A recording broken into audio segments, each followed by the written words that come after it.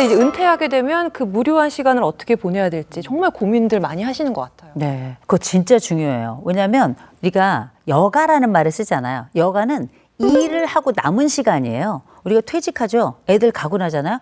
여가가 아니에요. 그냥 24시간 그냥 백수예요. 우리가 현대 노인의 4가지 고통이 있어요. 일명 빈병고무라고 부르거든요. 빈곤이 있고요. 질병이 있고요. 고독이 있고 무의라는 게 있어요. 아무것도 하지 않는 걸 우리가 무의라고 부르는데 이거 미쳐요. 왜냐하면 남성들 같은 경우는 평생 일하면서 성취를 향해서 여기까지 온 분들이라서 목표가 없었던 적이 없어요. 목표라는 건 뭐냐? 매일 출근도 목표예요. 내 퇴직도 목표겠죠. 그런데 그 다음번 목표는 생겨나지 않은 상태에서 내가 평생 가지고 있던 이 목표의 삶을 그만둔다는 건 굉장히 놀라운 충격인 겁니다. 그러니까 쭉 가다가 갑자기 땅이 탁 꺼지는 것 같은 느낌이 오는 거거든요.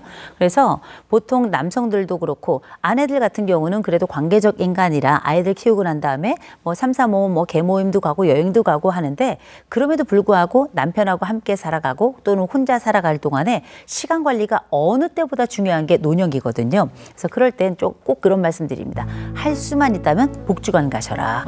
요새는 사회 시스템이 좋아서 복지관이나 주민센터나 아니면 뭐 도청이나 구청이나 이런 데 보면 다 여러 굉장히 많은 프로그램들이 있어요. 그 프로그램들 요새 이런 배우러 오는 분들을 위해서 보통 복지관이나 이런 노인 학습기관 같은 데 보면 적으면 50개, 많으면 150개까지 프로그램이 있어요. 거기에 보면 내가 원하는 것도 있고 원하지 않는 것도 있겠지만 가서 배우잖아요. 너무 새롭고 더군다나 요새는 또 IT 세상이잖아요. IT와 관련된 교육도 굉장히 많거든요. 그런데 단순히 시간을 보내는 게 아니죠. 거기서 내가 배우면서 안을 채워가는 거고 알아가면서 자부심도 갖고 나와 함께 취향이 비슷하고 또 방향성, 지향점이 비슷한 사람들이 그 자리에 모여서 같이 공부를 하는 거잖아요. 친구 관계도 만들어져요. 그러면서 우리가 하는 이 행동을 통해서 할 이야기도 만들어져요. 그러면 집에 돌아갔을 때 내 배우자하고도 얘기가 되겠죠. 그리고 나서 하루 종일 돌았으니 피곤하겠죠. 잠도 잘 옵니다. 그래서 제가 말씀드리는 건 뭐냐면 우리의 긴 시간은 누군가에게 고통일 수 있다. 그 고통을 스스로 고통스럽게 방치하지 말 것, 스스로의 시공간을 만들어서 그 계획을 마치 우리의 인생 시계처럼 째깍째깍 돌아갈 때 나만의 시계, 나만의 시간을 잘 활용하셔서 나의 제 인생, 제 3의 기쁨, 또 제 4의 취미를 구가하셨으면 좋겠다. 꼭 그 말씀을 드리고 싶습니다. 너무 좋은 제안을 해주셨습니다. 좋은 대안이 정말 될 것 같습니다. 그렇다면 이제 이 부모님께 자식은 어떻게 좀 해드리면 좋을까요? 요새 많은 부모님들이 어머니 병원 가세요. 어디 아프다 그러면 병원 가세요. 엄마 병원 좀 가라니까. 저는 그 소리 지를 시간, 그 소리 지를 힘이면 엄마 손 잡고 병원 가요. 그러면 아버지 손 잡고 병원 가요. 우리가 아시다시피 우리나라 노인 우울증 굉장히 심각하고요. 노인 자살률 세계 1위입니다. 그런데 노인 자살률이 1인 거하고 내 아버지의 자살은 다른 거예요. 내 어머니의 자살은 다른 거고. 네. 이거 굉장히 아프고 고통스러운 이야기거든요. 그럴 때 제가 꼭 말씀드리는 게 있어요. 우리가 직접 가지 못하더라도 안부 전화하자. 일주일에 한 번이라도 무조건 알람 해놔야 돼요. 나는 이때가 가장 좋아하는 그 시점. 이를테면 금요일 저녁 8시에는 난 무조건 부모님께 전화드린다. 그럼 알람 따라랑 해놔요. 그러면 알람 울릴 때 전화해요. 여보세요? 할 얘기 없어요. 아버지 잘 계시죠? 저도 잘 있습니다. 다음 주 이 시간에 꼭 전화 드릴게요. 땡큐! 하고서 전화 끊는 거예요. 그러면 다음 주 금요일에 자식의 전화를 기다려요. 이 전화가 오는 시간을 중심으로 일주일이 돌아가게 되는 겁니다. 그렇게 해서 직접 전화 한 통 하는 게 저는 굉장히 중요하다고 생각하고 두 번째, 복지관 잘 안 가려고 하는 부모님들 많이 계세요. 네. 그러면 시간이 조금 들더라도 2-3번은 손잡고 같이 가셔야 돼요. 그 프로그램에 들어가실 때까지만 보면 일단 막상 들어가면 2-3번 정도 되면 분위기도 익히고 낯선 것도 줄고 거기 또 복지사들이 있어서 굉장히 또 반갑게 맞아주시면서 얼굴이 익으면 우리의 낯선 감정이 줄어들면 우리의 친근감은 따라서 증가하는 거니까요. 그렇게 약간의 품을 파는 거 좀 굉장히 중요할 거라고 봅니다. 교수님, 건강한 노년을 보내기 위해서는 꼭 필요한 습관이 있다고 말씀해 주셨는데요. 어떤 습관이 있나요? 나이 들어가면서 내가 행복하려면 저는 꼭 이런 말씀 드리거든요. 적어도 저는 3가지는 가지고 계시면 조금 더 좋을 것 같아요. 3가지가 뭐냐면 제일 먼저 위로 장소 너무 좋아요. 위로 장소? 장소, 위로 오. 장소. 평소엔 아무 문제 없어요. 아니 평소에 우리가 뭐가 문제예요? 문제가 생기면 그때부터 어려워지는 거라 어떤 내가 스트레스가 많아 힘들어 고통스러워 그럴 때는 위로 장소 하나씩 있으면 돼요. 이를테면 저도 스트레스 받잖아요. 받는데 저는 너무 힘들고 고통스러울 때는 어떻게 하냐면 걸어서 15분 정도 떨어진 카페를 가요. 그 카페에서 반드시 저는 와플을 먹어요. 속상할 때 그 카페 그 와플, 속상할 때 그 카페 그 와플, 속상할 때 이렇게 반복하죠. 나중에 속상할 때 그 카페만 떠올려도 위로가 돼요.